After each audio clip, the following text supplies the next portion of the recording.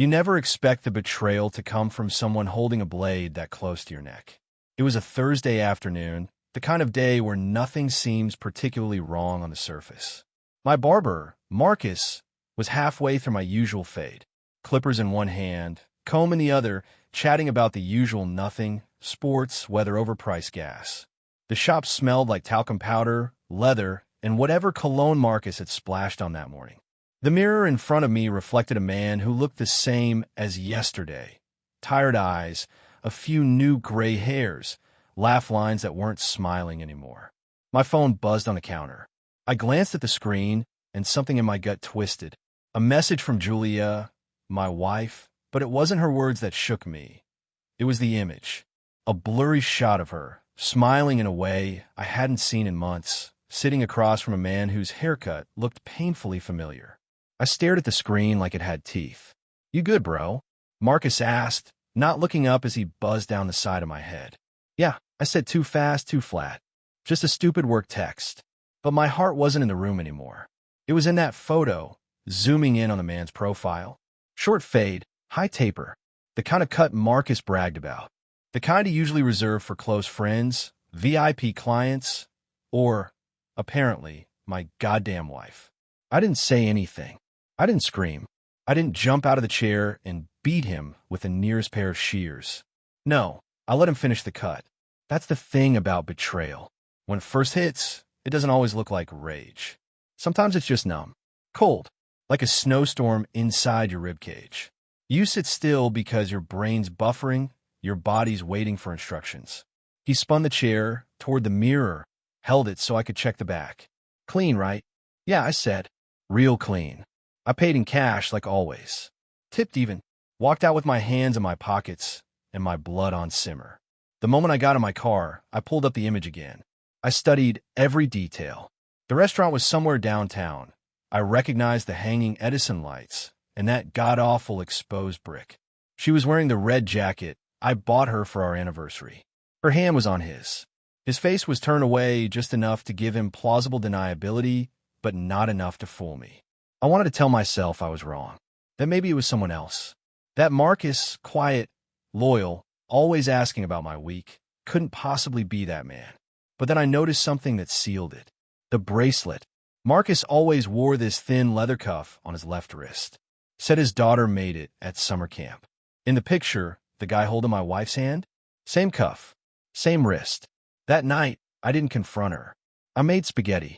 We ate in silence. She scrolled her phone with a fake smile. I asked how her day was, and she lied straight through her teeth. "Just errands. Picked up some stuff. Nothing exciting." I nodded, swallowed the burning acid rising in my throat. "Glad you got out." She kissed me goodnight. She still did that. Still played the role like nothing was broken. That's what made it worse.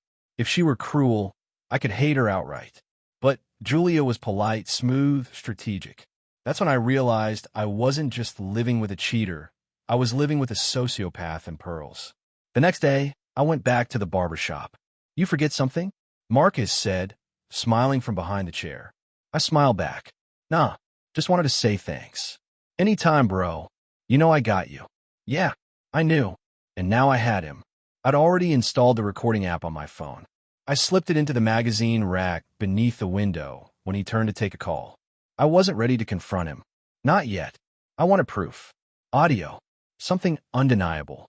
I left the shop with that same calm, quiet storm brewing in my chest. Because I wasn't just going to catch them. I was going to bury them. Together. I spent the weekend inside my own head, pacing mental hallways, reviewing every conversation Julia and I had over the past few months. Like crime scene footage, but with worse lighting and more subtle cruelty. Meanwhile, she was acting like nothing had changed, offering coffee in the mornings, texting me sweet nothings in the afternoons, lying with the kind of elegance you only learn from years of practice. The woman could have won an Oscar for best performance by a wife who's fucking her husband's barber. Monday came, and I played it cool. I went to work, smiled at my coworkers, answered emails. But my mind was back in that shop, underneath the buzzing clippers and the soft jazz playing on loop. I left my phone there on purpose Friday, tucked behind a stack of Sports Illustrated in the waiting area, recording the whole time. A cheap burner device I'd picked up the day before, set to record nonstop audio with 12 hours of battery. I told Marcus I'd dropped it earlier, and he barely blinked when he handed it back. "You're lucky no one swiped it," he said. "I am." I agreed, and I meant it. I waited until Julia left for her Pilates class that night. Then I locked the door, dimmed the lights, and played the recording back in my office with headphones snug over my ears, like a man preparing to defuse a bomb. The first hour was nothing. Guys talking about football, a kid whining about his mom. But around the 3-hour mark, the tone shifted. Voices dropped lower. Then I heard it. Her laugh. God help me, her laugh. I know it anywhere. Not the fake one she used at work, or the dry chuckle she gave me over dinner. This was the real one. The private one. The one she used when she was trying not to fall in love. "Babe, don't sit there. It's still warm from your husband's ass," Marcus joked. Julia giggled. "Good. Then I'll just sit on your lap instead." I didn't breathe for 10 seconds. I just sat there, heart thudding like it wanted out of my chest, my knuckles white around the headphone wire. "Damn," Marcus said. "You're bold today." "I missed you," she murmured. Then the sound of a zipper. Then nothing but soft rustling. And breathing. And a long, low moan that wasn't mine to hear. I paused the recording. Not because I couldn't listen, but because I couldn't stop listening. I needed a break. A moment to remind myself that this wasn't a nightmare. That I wasn't going to wake up and find Julia beside me. All warmth and lies. I stared at my hands. I'd done everything right. Built the life. Bought the house. Paid the bills. Loved her even when she made it impossible to. And somehow, I still ended up here, listening to my wife get undressed for a man who fades hair and whispers bullshit for a living. That night, I didn't sleep. Tuesday morning, I scheduled another haircut. He greeted me with the same casual charm. "You again? What, you miss me?" I figure if my wife likes your work, maybe I should too. His eyes flickered. Just a flicker. Most people wouldn't have caught it. But I did. "You're lucky to have a wife like Julia," he said, guiding me into the chair. "Beautiful. Classy. She's got that old-school grace, you know." I smirked. "Yeah, she really knows how to take care of things. Quietly." He chuckled. "That she does." It was a test. I was watching him in the mirror, looking for the cracks. He didn't know I'd already heard everything. That I was already counting the days before I lit a match to everything they thought was safe. As he shaped the back of my head with the razor, I wondered what it would feel like to spin around, look him dead in the eye, and tell him I knew. But not yet. Revenge, like a good fade, takes precision. I paid in cash again. Same tip. Same smile. "You take care of that wife of yours," Marcus said as I left. I turned to him and said, "Don't worry. I plan on taking real good care of her." He grinned, not knowing that the next time he saw my face, it'd be the last smile I gave him. Because the game had started, and I was done playing nice. That BY Wednesday, I'd stopped pretending this was about love. Love doesn't survive this kind of rot. It wasn't heartbreak I felt anymore. It was something sharper, colder. Like a needle of ice in the chest that never melted. I moved through the house like a ghost, watching Julia float from room to room in her satin robe, humming to herself like the world was whole. She kissed my cheek when she left for the gym. I watched her drive off in the car I paid for, probably texting Marcus before she hit the freeway. I wondered if she ever looked at me and felt even an ounce of guilt. I wonder if she looked at me at all.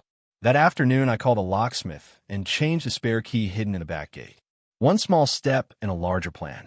I wasn't going to scream. I wasn't going to cry. I was going to rebuild the ground under my feet and pull hers out from beneath her. I spent hours replaying that audio. Each moan and murmur burned into memory. Each word they spoke etched like graffiti into the walls of my skull. They didn't just sleep together. They plotted. They laughed about me. Made jokes about how long I'd take to notice. Julia called me soft-hearted, in a voice soaked in sugar and cruelty. Said I was too busy being dependable to be suspicious. Said I'd probably apologize if I caught her. That was the part that stuck with me. Not the sex, not the betrayal, the certainty, the way they dismissed me like a background character in my own marriage. That night, after Julia fell asleep beside me, curled up like nothing was wrong, I got out of bed and went downstairs. I pulled out the burner phone again, backed up the audio files to a cloud account, encrypted the drive, and sent a copy to an email I'd set up under the name Adam Beck. Just in case. I wasn't planning on going scorched earth yet, but I wasn't leaving evidence unprotected. The next morning, I made an appointment with a lawyer. A woman named Marlene Nguyen, recommended through a friend who'd been through a dirty divorce and came out smiling. I sat across from her in a sunlit office filled with clean lines and hard truths. She listened, didn't blink, didn't interrupt. Just let me talk until the words dried up in my throat. Then she said something that flipped a switch in my brain. You have the power here. You just don't realize it yet. I left her office with a folder of paperwork and a simple instruction. Gather everything. Receipts, text logs, photos. Build a case. I already had most of it. What I didn't have, I was going to get. That evening, Julia had plans. Just dinner with a friend, she said. I nodded, smiled, kissed her cheek. She wore a dress I hadn't seen in months, the kind that hugged her like it had a vendetta. After she left, I grabbed the burner again and drove to Marcus's shop. He wasn't there. I waited across the street in my car, engine off, phone in hand. 2 hours later, Julia's car pulled up. She got out and didn't knock. She used her own key. I watched her disappear into the building and felt something inside me fracture. Not from hurt, but from clarity. They weren't just fucking around. This was real, established. They'd built a second life on my dime and my silence. I sat there in the dark and finally let the rage breathe. Not all of it, just enough to start shaping it into something useful. The next day, I left a USB drive in Marcus's mailbox. No note, just a file. The first 20 minutes of audio. A preview. A warning. I wanted him to know I wasn't blind. I wanted him to sweat. That night, he called me. No caller ID. Just silence when I picked up. Then we should talk. I smiled. Yeah, I said. We should. He didn't say another word. Just hung up. Julia was already in bed when I got upstairs. Her back turned, her body peaceful. She looked like the woman I married. She wasn't. The woman I married is dead. And the woman who replaced her was about to learn what it feels like to be betrayed by someone who still knows how to smile while sharpening the knife. He showed up at the park like I told him to. Alone, no car, no backup. Marcus always carried himself with this quiet swagger, like the world owed him something for being charming. But not that night. That night, he looked like a man who just realized the building he built was on fire, and he was the one holding the match. We met under the gazebo at the far end where the streetlights barely reached. I made sure to pick a spot with no cameras, no pedestrians, just wind in the trees, and enough darkness to make anyone question their choices. You got balls, he said first, stuffing his hands in his coat pockets. So do you? I replied. One of them was in my wife last Thursday. His jaw clenched. He looked away. Good. I didn't want him to speak until it hurt. Look, he started. I didn't mean stop. Don't insult both of us. I pulled the phone from my pocket, played 5 seconds of the audio. Julia's voice moaning his name like it was a goddamn prayer. He flinched, like he forgot it was real. You think you're the first? Or just the dumbest? I asked. He didn't answer. He didn't need to. The guilt was written in the slump of his shoulders, the way his eyes couldn't hold mine. You got a kid, don't you? I asked. He nodded. Daughter. 7. Imagine she grows up, falls in love, marries someone good, then gets treated like this. I watched the words cut into him. That was my goal. I didn't want to break his bones. I wanted to break his sense of self. So here's what's going to happen. I continued, voice low and measured. You're going to end it. Not later. Not next week. Tonight. Block her. Delete her number. Shut it down. And if I don't, he asked, straightening a little like he remembered he used to be tough. Then I send the files to your wife, your clients, your daughter's school. I'll make sure every pair of ears you've ever faded knows what you are. You'd ruin a man's life over this. You already ruined mine. We stared at each other a long time. The wind picked up. Somewhere in the distance, a dog barked. You're not going to hit me? He finally asked. Not yet, I said. I want you lucid when you tell her it's over. He nodded. Just once. Then turned and walked into the dark like he didn't know where the hell he was going anymore. I stayed behind, letting the cold settle in my bones.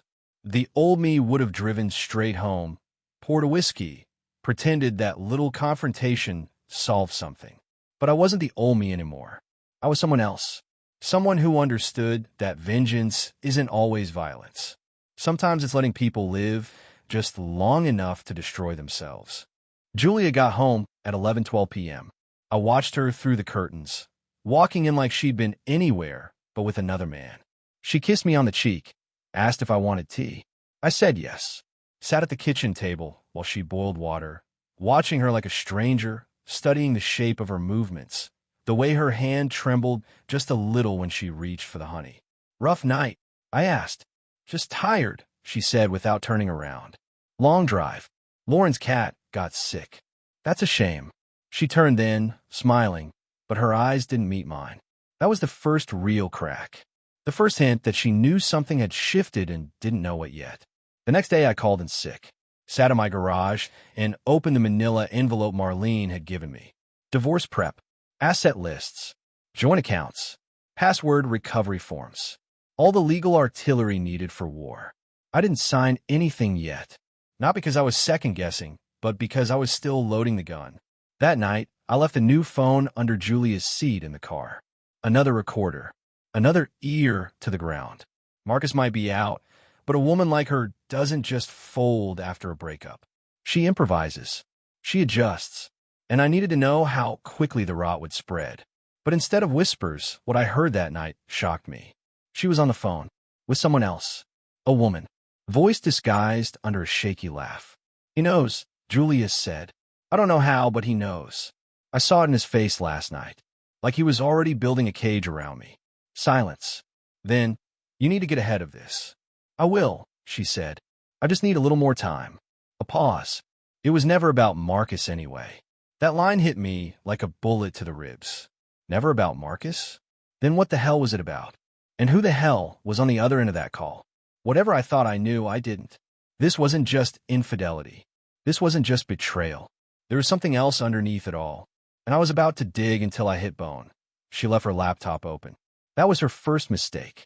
The second was assuming I wouldn't notice the new email folder buried inside her inbox, tucked under 5 layers of sublabels. It was called Herbal Orders. I almost laughed at the laziness of it. Julia never bought herbs online. She thought basil came from Trader Joe's and rosemary was too earthy. But there it was, a string of encrypted messages sent to a Gmail alias that didn't belong to any of her friends. The language was sterile, almost corporate. Codenames, transaction talk, deadlines, phrases like final delivery window and confirmation of disposal. At first I thought it was some MLM hustle or side gig, but the attachments told a different story. PDF scans of notarized documents, scanned IDs. One of them was mine, my driver's license, my signature, a forged power of attorney in her handwriting. Another was a contract transferring ownership of our second property, the one I inherited from my father, to a shell company I'd never heard of. I sat there, barely blinking, as the truth settled like ash across my skin. Julia hadn't just betrayed me emotionally. She was robbing me blind. Slowly. Precisely. With surgical patience. This was financial espionage with a smile and silk sheets. I downloaded everything. Uploaded it to Marlene's secure cloud server. Then I started making my own moves. I visited the county clerk's office the next morning, requested title records. She'd been slowly shifting asset control for months. Utilities in her name. Subtle name changes on insurance policies. I asked the clerk if these kinds of things were common in divorce prep. She gave me a look I'll never forget. Common if one of you's planning to run. That night, Julia cooked pasta, poured my wine, told me she was proud of how hard I'd been working lately. I nodded, thanked her, watched her fork pasta into her mouth like nothing in the world was wrong. I wondered if she ever looked at me and thought about how easy I'd made it, how quietly I'd trusted her. She went to bed early, said she had a headache, left her phone on the nightstand. I stayed downstairs, waited until her breathing evened out. Then I took her phone and mirrored it using a clone app I'd bought off a darknet forum that morning. 20 minutes later, I had access to every text, every call, every location ping she made from that moment forward. And that's how I found the next player in the game. Her name was Simone, a therapist, except not her therapist, not even mine, just a woman listed in Julia's call logs as S. But in the message threads, Julia called her Anchor. And Anchor called her V. They weren't talking about mental health. They were planning something. Coordinated language. Emotional triggers. Phases of implementation. It sounded like they were describing a hostage negotiation, except I was the hostage and didn't know it. Then I found one message that put the nail in it. Marcus was always a distraction, Julia wrote. He played his part. But the real shift begins once the assets are liquefied. We keep him docile until the final pivot. Then disappear. Final pivot. Disappear. Like I was a suitcase she could just walk away from. But I wasn't docile anymore. And I wasn't going to disappear. I sent a single message to Simone from Julia's account. Just 2 words. He knows. Then I turned the phone off, set it back where I found it, and returned to the kitchen to finish my wine.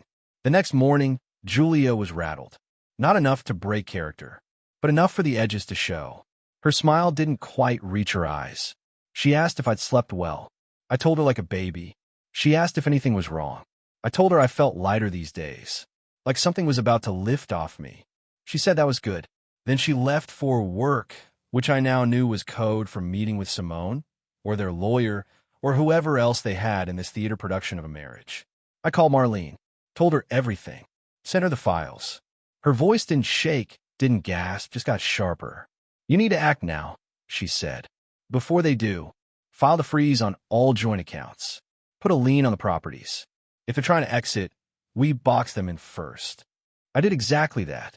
One by one, we locked down every account, every asset, put passwords in vaults, closed lines of credit, called in every favor I had from friends in finance. That night, Julia came home later than usual. No explanation, no apology, just a kiss on the forehead and a glass of red she poured for herself before disappearing upstairs. I followed 10 minutes later, phone in hand, and opened the tracker app. Her car had been parked outside Simone's office for 3 hours. Alone, no therapy session, just 2 women plotting how to dismantle a man who built his life around trust. But I was done trusting, done waiting, done bleeding in silence. I stared at the ceiling that night and made myself one final promise. I wouldn't just survive this. I'd become the ghost that haunted their every step. I let them plan, let them whisper, let them sharpen their knives. And when the lights came up on their final scene, I'd already be behind the curtain, holding the match. I didn't sleep the night the freeze went through.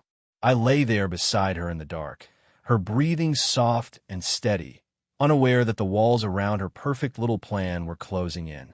At 9:17 a.m. the next morning, my phone lit up with a flurry of notifications. The joint savings account flagged. The line of credit under my name declined. The property transfer suspended pending verification. I imagined her sitting at a cafe with Simone, sipping overpriced coffee while checking her balance and realizing the trap had snapped shut. I got out of bed early, made coffee, and pretended not to notice the look she gave me when she walked into the kitchen, still in her robe, scrolling her phone like she was mining for calm. Bank apps being weird for you? She asked casually. Not sure. Haven't checked. I sipped from my mug, didn't blink. Why? She paused. Just says maintenance. Probably nothing. I nodded. Probably. Her phone buzzed again. She turned her back to me to read the message. Her posture shifted. I caught the smallest twitch in her cheek. A tell. She was unraveling, slowly, but it was happening. She left 10 minutes later in a rush. Said she had errands. Didn't take her gym bag. Didn't make eye contact. I waited until the door closed before opening the tracker app again. Her car didn't go downtown. It didn't go to Simone's. It went to a small commercial building on the edge of the industrial district. A real estate office. I zoomed in on the map, memorized the name on the listing. Then I called Marlene. She's trying to pivot, I said. Yeah, she replied, already pulling records. And she's about to find out she's spinning in circles. I spent the rest of the morning calling in more favors. Guys I'd helped with resumes. Old roommates turned accountants. A guy from college who used to do forensic audits for the IRS. Every favor stacked like ammo. By noon, I had a timeline, dates Julia started shifting funds, emails to shell companies registered in South Dakota, even a temporary identity request filed under a false maiden name she never actually had. She's laundering, Marlene confirmed. Amateurishly, But she's doing it. She's setting up a clean exit. Then we make it messy, I said. That evening she came home with takeout and a tight smile. Thai food, her version of a peace offering. Felt like spoiling us, she said. You've been working so hard. I thanked her. We ate on the couch like we used to. She asked about my day. I said it was quiet. She asked if I was okay. I said I was better than I'd been in months. Every word was true, just not in the way she thought. After dinner, she curled up beside me like nothing had changed, laid her head on my chest, traced patterns on my arm with her fingers. You ever think about just starting over? She asked. I looked down at her. All the time. Someplace new. Just you and me. No noise. No stress. You'd like that? I asked. You wouldn't, she whispered. I didn't answer. Just let the silence hang there. I knew what she was doing, testing the water, seeing how close she could get to the edge before I pulled away. She still thought she had time. She still thought she had the upper hand. But Simone hadn't texted her back all day, because Simone's license had just been suspended. Fraud. A quiet little move from Marlene's team, disguised as a complaint from a former patient. Julia had picked the wrong co-conspirator, and I picked the perfect moment to start pulling threads. Later that night, I sat in my office, staring at my father's old hunting knife.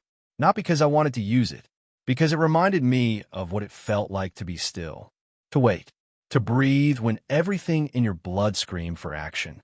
He used to say patience wasn't about waiting, it was about sharpening while you wait. The knife was dull. I spent an hour bringing the edge back to life, just for the symbolism. Sometimes you have to touch steel to remember who you are. At 1:03 a.m., I got the email from my finance contact. Final confirmation. Her secret account? Frozen. Her backup plan? Dead. Her aliases? Flagged.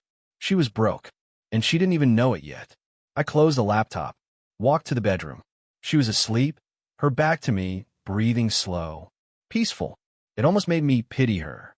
Almost. I leaned against the doorframe and studied her for a long time. The rise and fall of her breath. The soft murmur of a dream she wouldn't remember. And I thought, you're going to wake up tomorrow thinking the world is yours. But the truth? You're already living in mine. She woke up humming. That was the first sign. Julia always hummed when she was happy or when she thought she'd gotten away with something. I made her coffee before she even asked. Black, 2 sugars, just the way she liked it. She smiled at me like we were newlyweds again, kissed me like I was still hers. She didn't know she was kissing the man who just set fire to everything she thought she controlled. Got a big day, she said, grabbing her bag off the chair. Might run late. Don't wait up. I smiled. I never do. She winked at me like it was cute. Walked out the door and into the trap. At 9:30 a.m., I stood in the corner of the county building in a charcoal blazer and a new tie, watching Julia sit across from a real estate broker and a notary. She didn't see me. The glass walls of the office turned her into a silent little play on a stage I already owned. I watched her slide a stack of documents across the table. The contract, the fake signature, the fraudulent power of attorney. All with that perfect posture, the mask of sincerity stuck to her face like skin. She laughed at something the broker said, tucked her hair behind her ear, just like she did the day I married her. I wondered briefly if she had loved me at all, or just loved how easy I made things. A few minutes later, the notary stepped out. I waited, then watched her return with 2 uniformed deputies and a woman in a navy suit. County legal, probably. Julia blinked, laughed nervously, asked what was going on. One of the officers placed a thick envelope in front of her. A cease and desist, accompanied by a report detailing her attempt to fraudulently sell property she did not legally own. The look on her face when she realized the room wasn't on her side. That was the moment I waited for. She stood too fast, stumbled back a step. The notary pushed her chair in calmly. One of the deputies took a step forward, but no one touched her. This wasn't an arrest. Not yet. Just exposure. Julia left in a storm of hurried apologies, clutching her bag to her chest like it held the last threads of her dignity. She walked right past me. Didn't even notice. That's the thing about people like her. They never look at the man sweeping the stage. I followed her from a distance. Watch her get in her car, pull out of the lot, and immediately dial a number. Simone's number. Except Simone wouldn't be answering anymore. Her license suspension had turned into an official inquiry that morning. Anonymous evidence submitted. Her office temporarily shut down. Julia hit voicemail. Tried again. Nothing. I went home, sat in the kitchen, waited. At 11:52 a.m., she came through the door like a bullet, rage burning in every step. "What did you do?" she hissed. I looked up from my coffee. "Welcome home. Don't play cute, Alex. Someone froze the property. Someone flagged my accounts. My lawyer quit." "You mean the one you hired without telling me?" Her lips twitched. Just a little. That was her version of panic. "You've been spying on me. I've been surviving you. You have no right. I have every right." I stood slowly. "Set my mug down. You broke this marriage. You turned our love into a ledger. And now you're angry the bank's closed." She stared at me like she didn't recognize who I was anymore, like she was looking at a stranger in my body. "You don't understand what I've been through," she said. Her voice cracked, but her eyes didn't. "Then help me," I said. "Help me understand why you fucked my barber, why you forged my signature, why you plan to drain our lives into a shadow account with a therapist whose degree came from a university with no zip code." I didn't stop lying. The room went still. Just the two of us and the weight of every unspoken thing. I pulled the folder from the drawer, dropped it on the table. Contracts, screenshots, bank statements, GPS logs, all of it. "You underestimated me," I said, "and that's going to be your legacy." She didn't touch the folder, just stared at it like it might bite her. "So what now?" she whispered. "Now," I smiled. "Now we negotiate." She blinked, confused, hopeful maybe. That was the trap. "You're going to sign over power of attorney for all our shared assets. You're going to transfer full ownership of the house back to my name. You're going to withdraw your claim to the savings, and you're going to do it without a lawyer present. And if I don't, then the emails go public. The audio goes to Marcus's wife. Simone gets a subpoena, and your face ends up on every forum that cares about financial fraud and emotional blackmail." "You wouldn't." "Julia," I said quietly. "I already did." Her shoulders collapsed an inch. She sat down, didn't speak, didn't look up, just stared at the folder in front of her like she was finally seeing the coffin she'd built for herself and realizing I was the one nailing it shut. "You always were good at cleaning up my messes," she whispered. "No," I said. "I'm good at surviving them." She signed everything. No tears, no tantrum, no last-minute theatrics. Just the quiet scrape of pen against paper and the sound of the walls collapsing around her. I watched her hands the entire time. No rings, just fingers that once held mine at the altar, now trembling slightly as they signed away the last thing tying her to the life she tried to gut. When it was done, she pushed the folder toward me and sat back like a puppet with its strings cut. "Was any of it real?" she asked. Her voice wasn't angry anymore. It was flat, tired. "Were you?" I didn't answer right away. I wanted to. Wanted to say yes. Wanted to say I remembered the girl who laughed at my dumb jokes and danced barefoot in our kitchen at midnight. But the truth was, I didn't know who that girl was anymore. Maybe she never existed. Maybe Julia had been wearing a mask from the beginning, and I just loved the performance. I said, until you weren't. That was all I gave her. She didn't cry. Julia didn't do tears unless she needed something. Instead, she stood up, walked to the window, and stared out like she might still find some way to run. "So what happens now?" she asked. "Now you get to start over," I said. "Like you wanted." She turned slowly. "With nothing. You'll have your name," I offered. "Unless you were lying about that too." She flinched. Just barely. I left the signed papers on the table and walked out. Got in my car, drove 2 blocks, pulled into the lot behind Marcus's shop. The blinds were down. The sign said closed for maintenance. I smiled, checked the envelope on the passenger seat. Inside, a thumb drive, a printed transcript, and a note written in clean block letters. To the wife. He was loyal to no one. Least of all you. I slid it through the mail slot and left.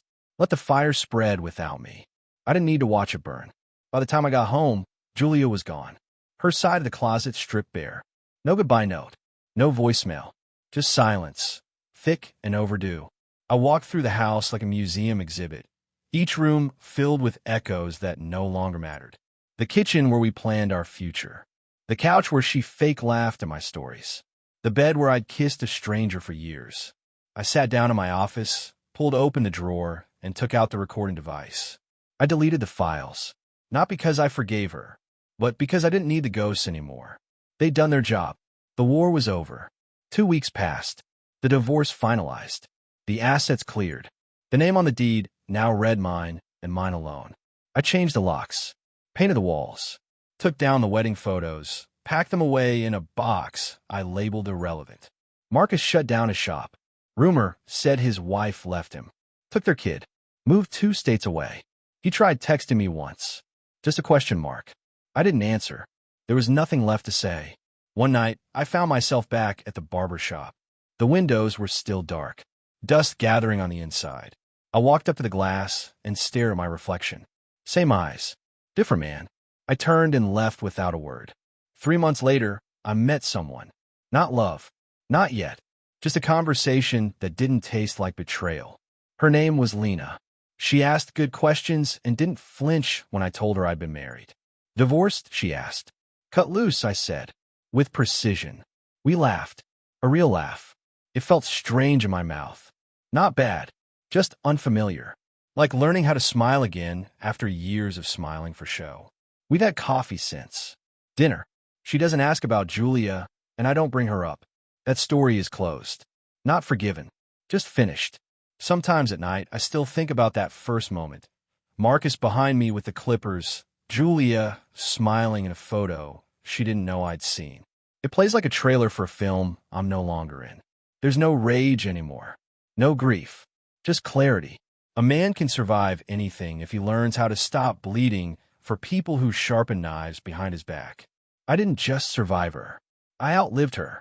And in the end, I didn't even have to raise my voice. Just the blade. Let me know if you want the epilogue. Some ghosts don't stay dead.